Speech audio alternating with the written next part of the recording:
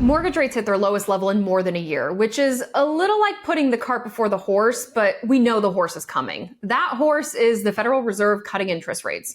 What will all this mean for housing affordability? Well, we're going to tell you the story in 5 charts. Mortgage rates are falling in anticipation the Fed will lower the Fed funds rate, the interest rate banks are charged for overnight lending. It basically acts like a benchmark for all other consumer borrowing. When the Fed went on this rate hike campaign to make borrowing more expensive and slow down inflation, mortgage rates jacked up, and the dream of buying a home quickly got out of reach for many Americans. Well, we're coming off the cliff now, but don't expect those historically low interest rates from pandemic past.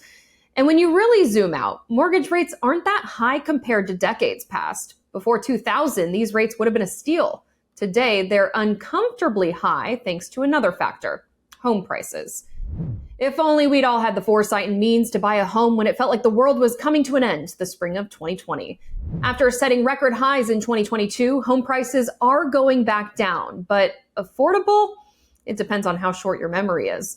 The median sales price is nearly $100,000 more than 5 years ago, and it's double what it was 15 years ago during the depths of the Great Recession. Well, since there are no credible signs the housing market is about to crash, lowering interest rates and lowering prices are a good enough sign for more movement in the housing market. And we're seeing that with rising inventory. The active listings are back up to levels not seen since early COVID days. More houses on the market means more competition on the selling side, which could be the first win for buyers in a while. But experts don't expect prices to decrease all that much because inventory is still so much lower than what's needed. That brings us to housing affordability and whether the typical family earns enough to qualify for a mortgage on a typical loan. For most of the past year, the answer's been no. The National Association of Realtors measures this using price, income, and mortgage data, assuming a 20% down payment. Anything above 100 means the typical family can do it. Everything below 100 means they won't qualify. The Midwest is the only place in the country today where the typical family can afford the typical home.